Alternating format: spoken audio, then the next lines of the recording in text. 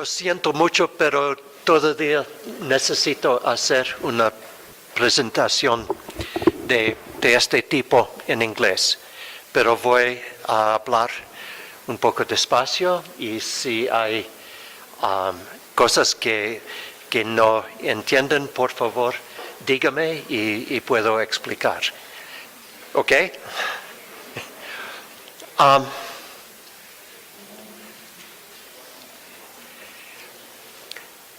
I was asked to speak in this conference, and the first question that came to me, the first question that should come to you is why?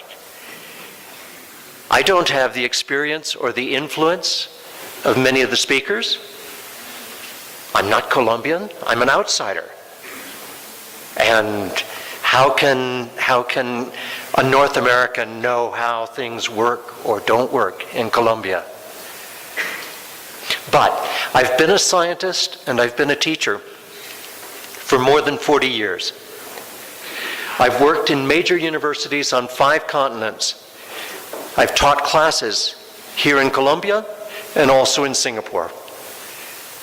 I've had hundreds of conversations with educators, with scientists, with government ministers, with heads of universities throughout Latin America. And maybe a special qualification is that I love the energy and the hope that I find here in Colombia. So what are we talking about? In this conference, we're talking about assessing education in Colombia to find what's working and support it. We're talking about building or strengthening parts of the education system here in Colombia that support social well-being. At the high end, at the university level, we're talking about finding approaches to education that foster creativity, innovation, and discovery, and contribute to national development. But we can't forget the rest. At the low end, we need to find strategies to reach out to all Colombians, including those who have been affected by the conflict and those who have had little or no exposure to any education. And so I'm not going to do that by myself. What do I know? I hope that you will help. I hope that all of us are going to be brainstorming here in this summer school. Your knowledge and input is important, and I'll come back to that. We have to identify what's working and support it. We have to identify what has problems in education and fix it, and we have to find new mechanisms, new ideas. Some of this is arguing. We have to argue about what will and what won't work. But not stop with the arguing. We have to do pilot projects and try things. And the pilot projects have to have assessment. Is it working or not working? And finally, Colombia is a democracy. We have to use public and democratic means to form national goals and national commitment of the resources to improve education. Where do we begin? Well, we begin with some of the same numbers, some of the same facts that Dr. Botero had. I'm enough of a Norteamericano that I can say some things that I think all of us know, but don't often say to each other in a public conference. Lots of education in Colombia is poor, especially in public schools. If you look at upper secondary school, yes, it's improving, but improving from 30% to 41%. Not at all like Europe, not at all like other parts of the world. If you look at older people that are 15 to 19, over a third of them are not in any kind of education. And I think we all know that there are many poor teachers in the education system right now. So a question for you. All of you are experts of some part of the education in Colombia. All of you are part of the knowledge of how things work here. So my question is, did any of you go to a school like this? It's a school here in Colombia. Anybody? There's 15, 20 hands. Anybody go to a school like this? There's 2 or 3 hands. That's part of the problem. If we want to, we can look at numbers. We can look at statistics. As I said, some of these are the same statistics that you heard in the last presentation, where if we're looking here at mathematics, there are a lot of countries up there at the top. And there's Colombia. If we look at English training, yes, Colombia has a commitment to universal English training. But in the measurements, the proficiency is not moving up. In 2012, Colombia was 12th out of 14 countries in Latin America. Or, if we look at something else, which is called resiliency. Intelligence knows no limits. There are people who are rich that are intelligent. There are people that are very poor that are intelligent. For Colombia, how many of the poor people that are intelligent do well? And you can see that in Korea, in Japan, in Switzerland, there's a good chance that if you come from a poor family, you'll still do very well. In Colombia, if you come from a poor family, odds are that you'll have trouble. Now these data are old. These data are 4 or 5 years old. And as you know, things are changing here in Colombia, which is where we're going soon. But first, of course, yes, these are statistics. Yes, these are in articles and books. Yes, they talk about them at the World Bank. They talk about them at the United Nations. But these measures are important. In the PISA report, it says, proficiency in mathematics is a strong predictor of positive outcomes for young adults, influencing their ability to participate in post-secondary education and their expected future earnings. English is necessary for good jobs here in Colombia, and of course, as well, for advanced study in Colombia and abroad.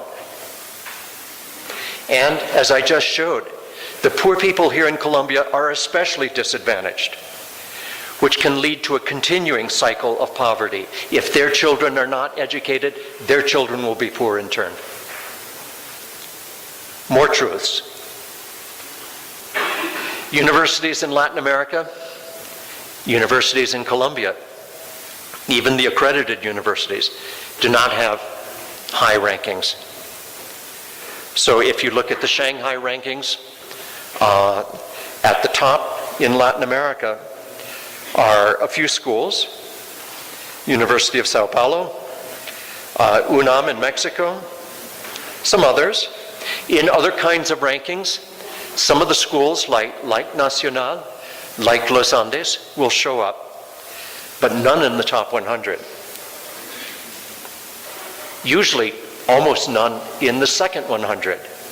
The universities show up in after 300, after 400. And you can complain. You can say, they didn't measure the right things. We try very hard. But there's still a reality here. Here's a contrast. And so how do we change this? Where I'm going to be different in my presentation from Dr. Botero is I want to think, and I want you to think, about how we take this and make a difference It's not just that ranking system. Other measures would make the same observation. The number of science and engineering papers produced in Columbia, the number of patents, the percent of professors at universities with PhDs, all of these are low. Now you could respond, and people have. You could respond and say, Tim, come on, you're making trouble for us. It's not fair. You're talking about the United States. The United States is large and rich. The United States hasn't had a war on its land for 150 years. The United States has a very long period, 150 years, of providing universal education. The United States has a culture of science and discovery, and we Latin Americans don't. The United States, they don't have to learn English. They just speak it. It's not fair.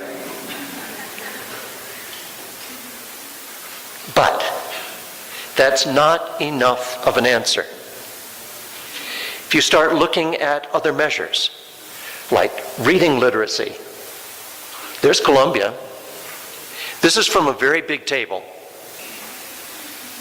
And there's China, Japan, Korea, Finland, Ireland, Canada. There are many, many countries who are not big like the United States, not rich like the United States. For some of them, do not speak English, but are very, very highly ranked. And if we look at the Asian countries, South Korea was devastated by war in the 1950s. In the 1950s, North Korea had a higher standard of living than South Korea. Singapore, I lived there for 5 months. They have no natural resources. They don't even have drinkable water. Vietnam, the United States played a role. The United States just destroyed Vietnam in the 1970s. Even Japan had all the major cities, all the major industries bombed to dirt in the Second World War. But in these places, things have changed.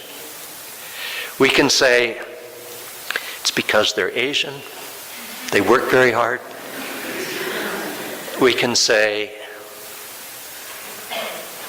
it's because we're a democracy, which means that we argue and we have trouble making decisions. But in Singapore, in Taiwan, in Vietnam, even in Korea, there were autocratic governments or military governments that said, this is the way it will be. And so they made it happen. And so we have the same values here in Colombia, but it's harder to make it happen. I'm going to argue against that. I'm going to say that it's an advantage to have a democratic country here. It's an advantage because it's possible to get the advice, the experience, the argument of all sectors of the country to create directions that are productive. One more hard truth. Too often here in Colombia, in other parts of Latin America, the industries and the universities don't even talk to each other, much less work together. So I have a little diagram. For people in the Nacional, for people, the professors, for the rector and the rectoria, how do they see themselves? If you ask them, I think they would say, we're creative, we work hard, we're building a better future for our nation. How about if you went to industry? How about if you went to some of the coffee companies, some of the fruit companies, the flower companies, some of the other kinds of factories, big factories here in Colombia? How would they see themselves? They would say, we're creative, we're hardworking, we're building a better future for Colombia. The interesting part comes when you ask each of them how they see the other. So if you asked, at the university, what is industry like? What are the big companies like? The companies that have rich people that own them and run them. Many people at a university, if they're honest, will say those people are privileged. They're selfish. They're only interested in money. And if you did it the other way, if you went to the people in industry and you said, what do you think about La Nacional? What do you think about the people there? What do you think about their goals? It could be that people in industry would say, they're troublemakers. They're impractical. They're only interested in arguing, not deciding, not doing anything. True? One more. Colombia has special hard truths. There are large areas of the country that have been lawless or controlled by the FARC.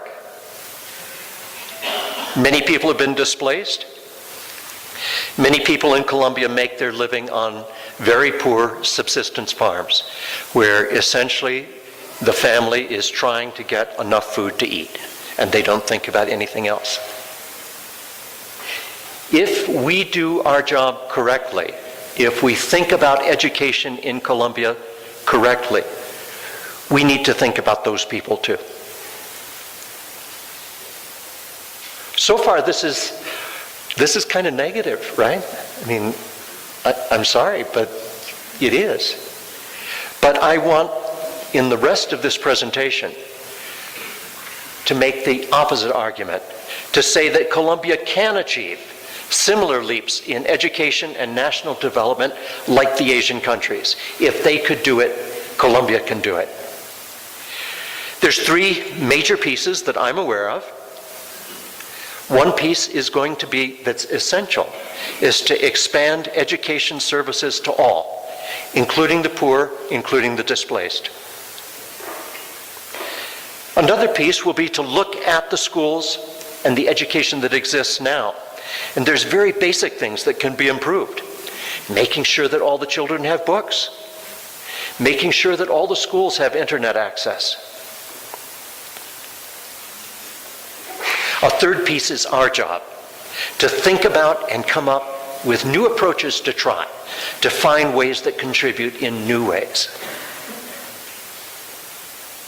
We have to recognize those hard truths that I was talking about, but we have to recognize and use Colombia's strengths and assets as well.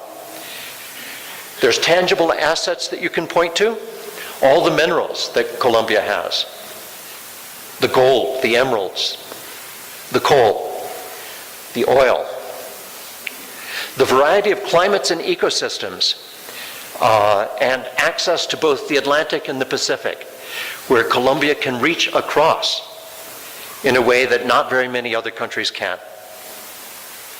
There's the potential for vast biological discoveries from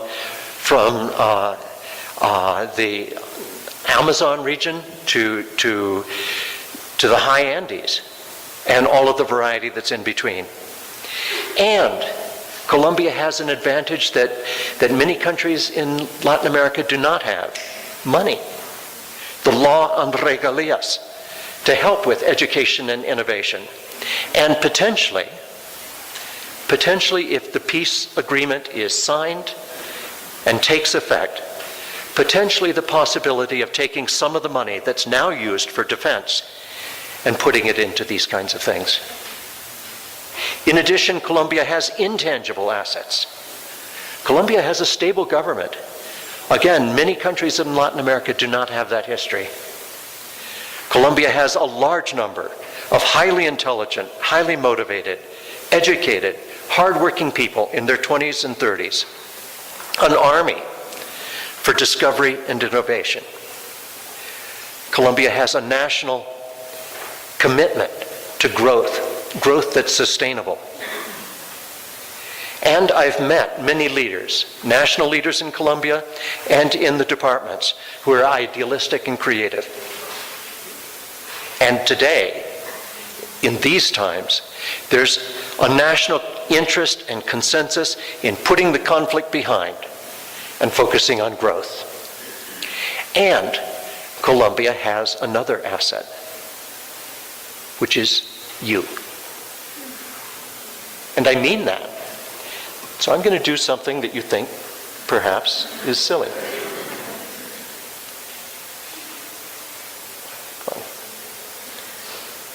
I'm not going to do something that I think is silly. What I want to do, and I should have checked this before, what I want to do is take pictures of you across the room. Why? Because I know that there are professors here. I know that there are scientists here. I know that there are heads of major companies here. Not today. In 2 years, in 5 years, in 20 years. I believe that there are members of Columbia's government here. Heads of cabinet, potentially, head of the Ministry of Education, Director of Ciencias, head of the Ministry of Agriculture. Here, you, and sitting next to you. Potentially, here, here's the president. And so it's easy. It's easy in Columbia, it's easy in other places to sit and hear what somebody's presenting, to take very careful notes, to write down the facts. But what I want is your experience coming back. I want you to start now thinking about the ways that you would change this country, if you could, in education. I'm going to go through the 3 categories that I talked about a little bit, and I'm going to tell you a little bit about a couple of the attempts that I've made to try and do this, and I'm going to start asking for your ideas. So, lots of questions. How can we help children across Columbia become interested in science and math? There's not one answer, there'll be many answers. Different answers for different places, for different communities. Professor Christian Scherer is going to talk a bit about this in his presentation later on, but there will be other possibilities as well. From your knowledge, you've been in these schools. You've had teachers that were excellent. You've probably had teachers that were bad. How would you improve poorly trained teachers in Columbia? And if you think about it, it's a complicated question. You can't go in with a whip and say, you must teach better. Because then the person will say, oh, okay, and will continue to do the same. You have to find a way of inspiring them, of saying to the teachers, even the bad teachers, here's a way that you can become excited. Here's a way that you are valued by the country. Here's a way that you can make a difference for Columbia. I don't have the answer. I hope that one of you does. Another problem, how would you help secondary students to stay in school? As you saw in Dr. Botero's data, people drop out. And the people who drop out of secondary school have a lot of trouble in the society. How would you help that? How would you make a difference?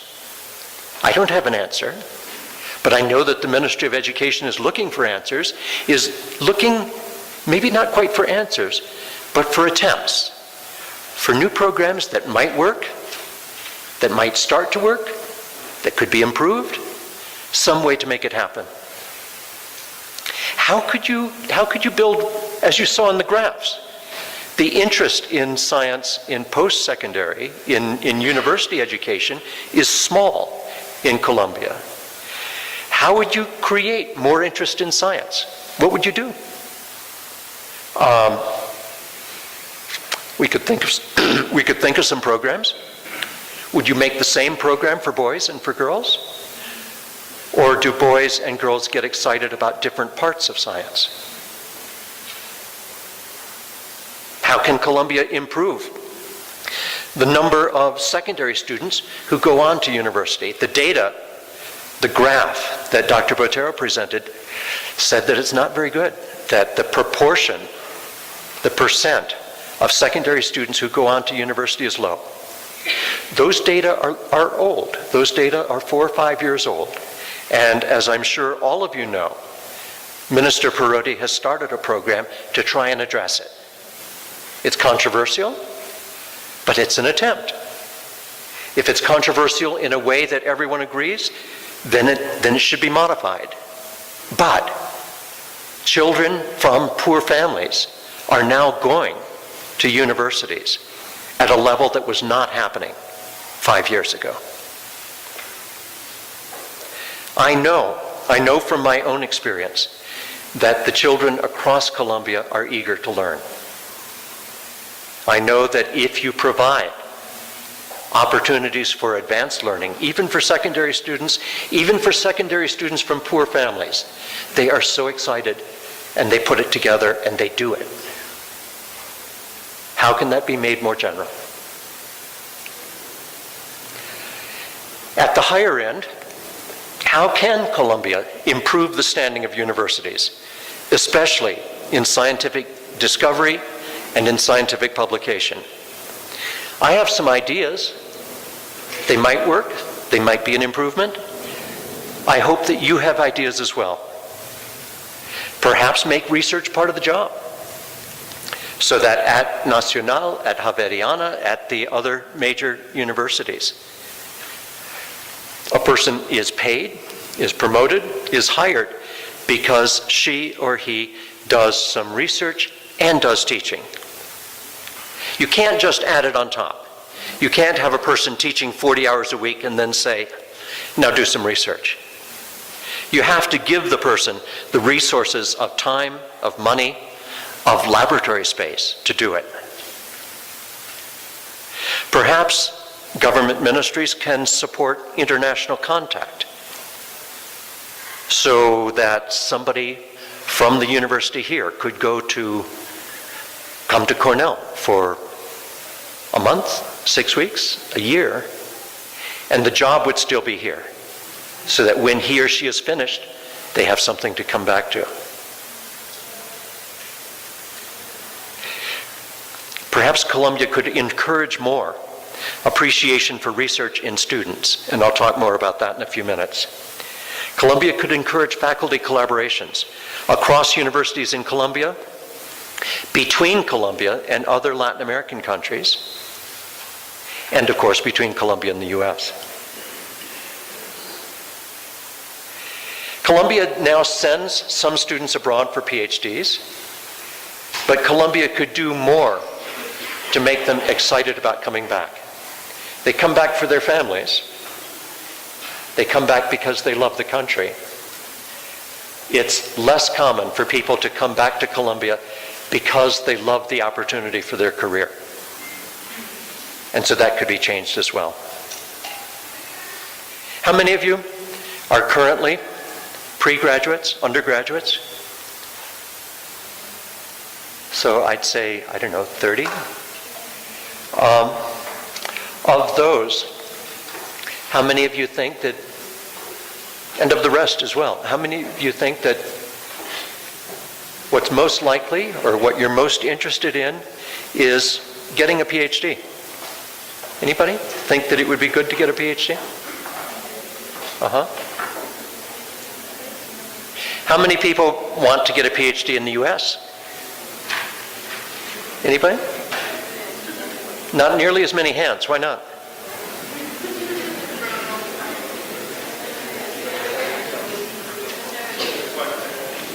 La cuenta? A couple of people mentioned the cost. Do you know how much it costs? For example, at Cornell? For the school part, not the living, not the food. For the school part, about $60,000 each year. It's so high. Who can even dream of doing that? Right? But what many people don't know is that in the sciences and in engineering, if you get admitted to a US university, in most places, they pay that. And they pay you $25,000 a year to live. All across South America, people say, I would like to go to the US, but the universities are so expensive and my family doesn't have that kind of money, and so, I don't know, I won't do it. And they don't know this. They don't know about these kinds of possibilities. And so a piece of what needs to happen for higher education in Colombia is more knowledge about how to do it. How can discoveries? The universities in Colombia are making discoveries in all kinds of disciplines, in engineering, in chemistry, in biology, even in agriculture. How can university discoveries move quickly to being used, for example, in agriculture? Well, one of the people who's speaking next week is Max Pfeffer, who is the Dean of Agriculture at Cornell.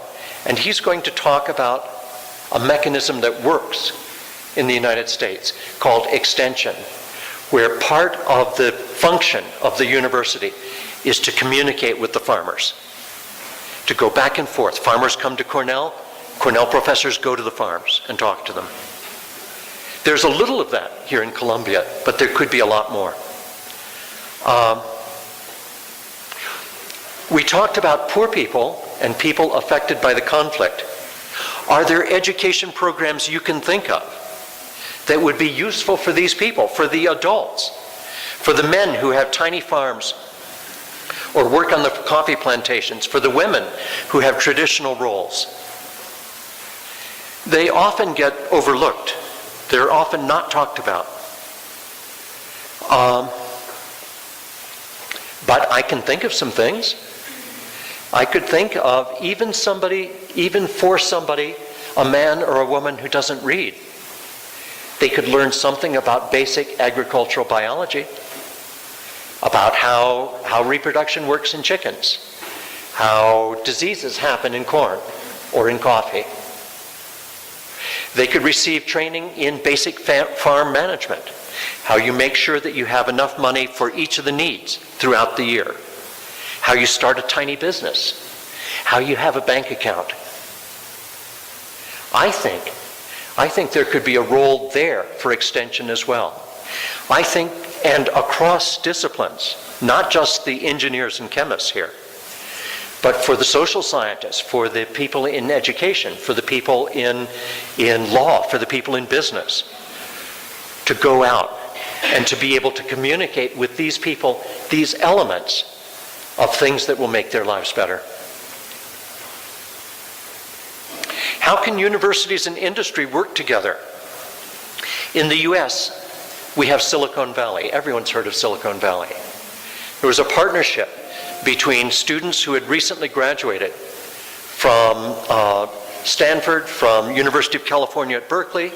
The students were starting little corporations. The universities kept helping them. Some of the corporations turned into huge ones, like Hewlett-Packard or like Intel. And that area, that interplay between the industries and the universities continues today. Can that happen here? I hope that some of you have the ideas. I hope that some of you will help to put together projects that will prove the ideas. An idea of mine is that the government, that one of the agencies of government here, come up with grants, even small grants, where the only way to get the money is to propose a project that joins university research with industry development. So you can get a grant, but you have to have at least two people in it, one from industry, one from universities. A lot of presentations like this just focus on the sciences, as if the sciences will fix everything. And we need to know that the sciences are important, but must be integrated with other kinds of knowledge, other kinds of approaches. And so, can we create new programs in the humanities and in the social sciences to lead to better understanding of the social dislocation in Colombia caused by differences in income, caused by the conflict, and think of ways to repair it. And so Professor Leslie Daniels will talk about the power of writing to share stories between people who are poor, people who have had hard experiences, with others to build understanding. But I hope that you too will think of approaches and programs that can help this to happen. So I want to take a few minutes and talk about two projects, two attempts that I've made to do these things. I don't just talk, sometimes I actually work. And the programs are English for Scientists and research internships in the US. In both cases, these were things that were not being done before. They were novel approaches. In both cases, it's important to start the program, but it's also important to assess whether the goal is being met, to find what needs to be changed, and to make the improvements. And so I'll go through that process for each of these two programs. You all know that English is necessary for advanced study in the sciences. You know that English is widely taught in Colombia. But important parts of English are not taught anywhere. How do you write a professor in the United Kingdom or in the US? What's the right style of politeness? What's the right style of talking about yourself? How do you learn about PhD programs outside of Colombia? How do you discover which ones are good, which ones are not good? How do you write an effective personal statement that says who you are in a way that makes it interesting to a scientist who's reading it? How do you compose and give an elevator speech? Does anybody know what an elevator speech is? This is something that, for many people in Latin America, is difficult. It's making a speech, preparing a speech, that you could give in an elevator between the time you get on the elevator and the time you get off. So a speech that's maybe 2 minutes, where you say, I'm interested in this, this is my experience, I'm very bright, you want to have me in your program. It says it like that. For people from Colombia, it's easier to meet, have a coffee. How's your family? It's been too long since we got together. You want to come for an asada? I'm thinking about your university. How are things there? Like that. It's not an elevator speech. In fact, for a Colombian, an elevator speech is rude. It's incorrect. It's impolite. And you need to learn how to do it. So we put together a pilot program. CeiBA and the University of Nariño thought that they would try and see if they could address some of these needs. So last year, I created a program in which I brought 9 people from Cornell who were working on PhDs in the sciences and 2 English instructors to Pasto. We had 85 students. I had an engineering PhD student from Cornell. She worked with engineering undergraduates in Pasto. I had a person doing global health from Cornell. She worked with the people who were interested in health and medicine from Pasto, etc. We had 9 different specialties, each having 9 or 10 people, 9 or 10 Pasto students working with them. And for 2 weeks, the PhD people from Cornell taught English information related to their discipline, related to engineering or health or ecology or agriculture. And then I did general presentations where I talked about the elevator speech. I talked about writing a professor. In fact, we had a Skype conference with a professor in the US where they could ask questions, where they could try it. A professor who's a friend of mine. This is what it looked like. So a group of the Nariño students with one of the Cornell people. This is what I looked like with the whole group. And the second piece of this is assessment, of course. Firstly, the Nariño students were very happy to be part of this. They thought it was wonderful. Secondly, we discovered that their English training was in grammar and reading, not in conversation. So we realized that in the future, a piece of the program has to be not just to the students, but to their teachers, to help their teachers give a more complete training in English. We discovered that lots of the students didn't have the basic preparation that they needed, even though they had marks that said this. And so for the future, we would revise the program to target it, to say either we're helping to make the next jump in English competence, or we're working with engineering students who have the English and helping them on that next stage. So a program from concept to execution to assessment to the possibility of its being better next time.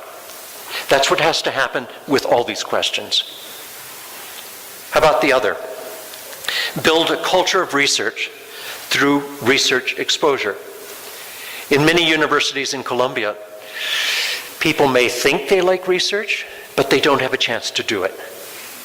And so a number of Latin American countries and a number of US universities have been thinking about how to bring this together, how to provide research experience.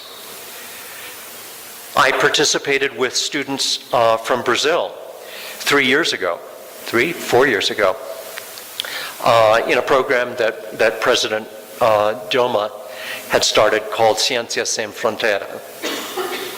They came to Cornell for a year. They took classes and they did research. Very expensive. And it became controversial in Brazil because of that. And as the program went on, Brazil discovered that they did not have enough candidates with adequate English. And so they had to perhaps build a new piece to the program to first give English training and then give the exposure. And then, as I'm sure you all know, President Dilma had some problems as well. And so right now that the whole program is basically shut down. But these were the first group that we had, and they did wonderfully. It's still a good idea if there's enough money and if there's enough good candidates for it. But what I've done, what I've focused on for the last 3 years is something different. Working with shorter term visits that are just focused on research. So we had 24 students from Mexico for 6 weeks 2 years ago. We discovered that 6 weeks was not long enough. Last year we had 37 students from Colombia and other countries for 8 weeks. That was much better. And you may even know some of the people who came to Cornell last summer. And then Colciencias decided that this was a good model, and they took it and formed it into a program that they call Nexo Global. We had the first 20 students from Nexo Global. They came in January, and they just finished on Monday. They gave presentations related to their work. And right now, at home, we have 24 Colombian and 6 Venezuelan students who are doing the shorter summer research. What I do is I go to my friends at Cornell, friend in engineering, and I say, Todd, you need to take this student. And I stay there, and I talk to him until finally he says, go away, I'll take the student. Not quite. Or people in agriculture, people in chemistry, people in physics, who then take a student and then I interact. And I say, how's the student doing? To the professor. Or I say to the student, are you having a good time? Are you learning things? And we make it work for that period of time. And we've discovered that for the program to work well, the students need to already have a little bit of research experience and a strong commitment to doing it. They need to match Cornell's strengths. There are things Cornell does well, there are things that Cornell doesn't do well, and we shouldn't take students for the ones that we don't do well. They need to have good English. And as I said, 6 weeks is not long enough. On the Cornell side, we need to have good professors, professors who won't ignore the students, good professors who work closely with them. And we need to have good administrative support for continuing to check that the process is working, that both sides are happy. Here's the group we had last year. Wonderful group, lots of accomplishments. Out of those people, a number of them are already coming back to universities in the US to do PhDs. What did they achieve? They learned techniques, and very, very importantly, they learned the power of failure. That if you try something, you learn something from it not working, as well as something from it working. And you go home, you have a beer, you say, that was 2 weeks that didn't do what I wanted it to, and you come back the next day and try a different approach. They built networks of other people who then they can interact with forever. They even made discoveries. And something that's hard to measure, but easy to see, they became confident. They said, the students who are there now are saying, I was scared to come to the US for 8 weeks.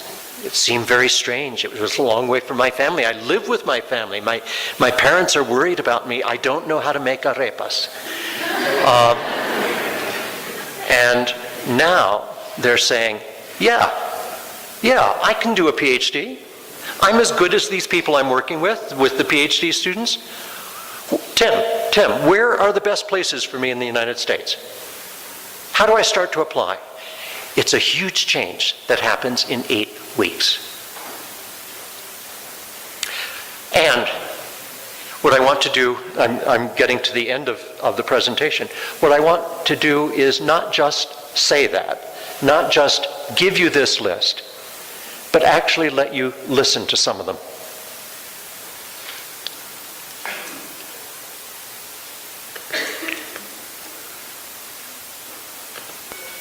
Hola, mi nombre es Blanca Gutiérrez y Universidad Nacional Autónoma de México. El verano de investigación que realicé en la Universidad de Cornell cambió mi manera de ver la investigación. Generé nuevas expectativas. Conocí y creé lazos de amistad con varios compañeros que, al igual que yo, disfrutan mucho lo que hacemos.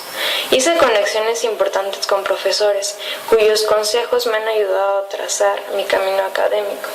Con esta estancia nació el sueño de realizar mi posgrado en Estados Unidos. Y este otoño, gracias al apoyo del gobierno mexicano y a la Universidad Northwestern, comenzaré mi doctorado en Ciencias de la Vida, con la finalidad de iniciar una línea de investigación de células troncales, que espero con muchas ansias y muchos ánimos desarrollar algún día en mi país. Blanca is starting a PhD in a few weeks.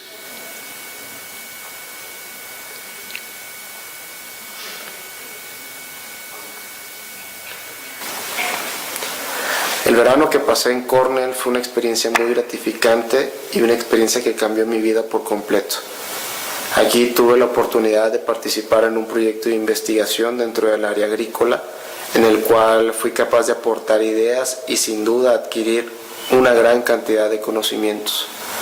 El estar en esta universidad es estar expuesto a un intercambio de ideas todos los días, y con estas ideas surgen nuevas formas de resolver problemas. Y al mismo tiempo uno como profesionista se hace nuevas preguntas, ¿no? También el estar en esta universidad me ayudó bastante a formar lazos muy estrechos con contactos que sin duda se volverán parte importante de mi carrera profesional, ya sea al buscar un posgrado o para realizar proyectos en cooperación. Sin duda muy recomendada esta experiencia. Enrique is continuing collaborations with the people that he worked with at Cornell. Investigación durante el verano de 2014 en Cornell. Hola, soy Alejandra Quintos Lima, México. Tuve la oportunidad de realizar una estancia de investigación durante el verano de 2014 en Cornell University. Esta experiencia cambió mi vida. Primero, porque pude acceder a un mundo totalmente nuevo para mí, un mundo de investigación de alto nivel. también porque impulsó de gran manera mi currículum y finalmente dio un cambio a mi vida, pues después de ello decidí estudiar un doctorado. Actualmente yo soy becaria Fulbright y voy a iniciar mi doctorado en estadística en Columbia University en agosto de este año. Todo esto me va a ayudar a cambiar mi país, porque cuando yo regrese puedo ser profesora e impulsar a nuevos talentos a perseguir estas oportunidades a las que yo he tenido acceso. Ale was finishing at the University of Puebla, and was doing a degree in actuarial science. She planned on working for an insurance company in Puebla, and she came to Cornell, and the mathematics professors at Cornell discovered that she was brilliant. And so there was a fight between Cornell and Columbia about where she would do her PhD. Both wanted her. And I'm very sad that she's going to Columbia University. Anybody here know this woman?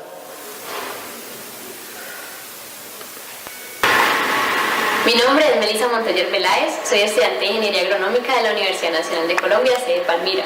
Soy una beneficiaria del programa Nexo Global, con el cual tuve la oportunidad de realizar mi pasantía de investigación en la Universidad de Cornell, trabajando en el área de fitopatología.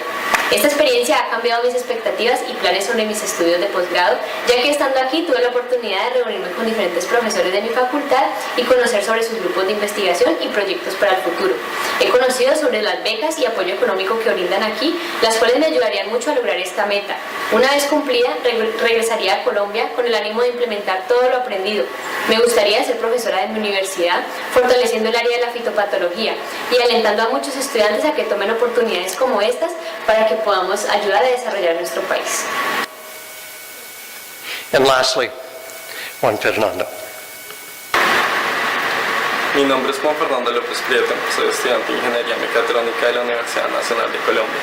En este momento me encuentro en el Laboratorio de Robótica Orgánica de la Universidad de Cornell, donde he pasado los últimos 6 meses investigando y aprendiendo nuevas técnicas para hacer robots a partir de materiales blandos. El proyecto en el cual he estado trabajando es una mano robótica que está impulsada por aire. De esta se ha pensado hacer una publicación, ya que a diferencia de otras manos, esta permite mayores presiones y por lo tanto mayor fuerza. Como pueden ver, la mano parece muy real. La idea de publicar y investigar en una universidad como esta me ha abierto mucho las puertas, incluyendo la posibilidad de hacer un doctorado en esta misma universidad. Pienso que no solo para mí, sino para los otros compañeros pertenecientes al programa Nexo Global, eso nos ha cambiado mucho la vida. Y para el país pienso que es muy importante, ya que en los campos en los cuales estamos trabajando, por ejemplo, en el de las prótesis, hay muchas personas en Colombia que necesitan de nuestra ayuda. Pienso que programas como este deberían seguir siendo impulsados y que más colombianos puedan acceder a una oportunidad como esta que está impulsando el desarrollo de nuestro país.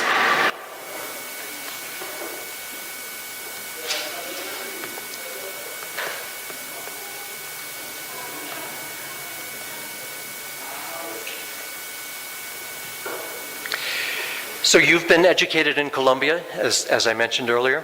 You've learned, but you've also observed. And so I hope that you can take, a message that you can take from this presentation is that you'll think about what worked well for you and what needs to be improved. You will think about what areas you were taught too little and how that should be changed. You could think about some of the best educational experiences you had and think about some of the worst. And in both cases, what did you learn about yourself? And how could you teach that learning to others? I hope that you'll be able to question and criticize, but to go beyond and try to create solutions. Columbia is going to gain greatly by remaking education for the best. And for the youth who are going to become the leaders and the innovators. It will gain even more by creating means of inclusion through education, in which those who are poor or rural or displaced by conflict are given the tools to rise and be productive in the country. For me, Conectando a los mejores para la educación means the opportunity for this nation to improve the lives and well-being of all of its citizens and for it to share its skills, discoveries, and knowledge throughout the whole region. Thank you.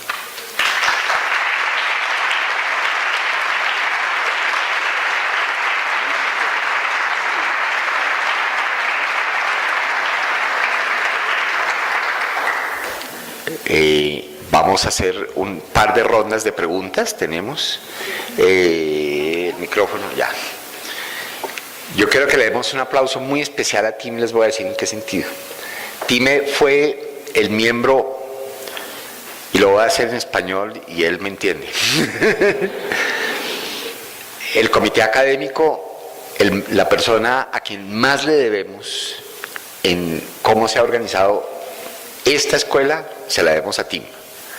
De manera que realmente el agradecimiento de todos los que estamos aquí, no solo mío, pues mío, pero de todos, a Tim debe ser infinito. Y por eso quiero que antes de las preguntas le demos un aplauso mucho más, que se oiga más allá de Plutón.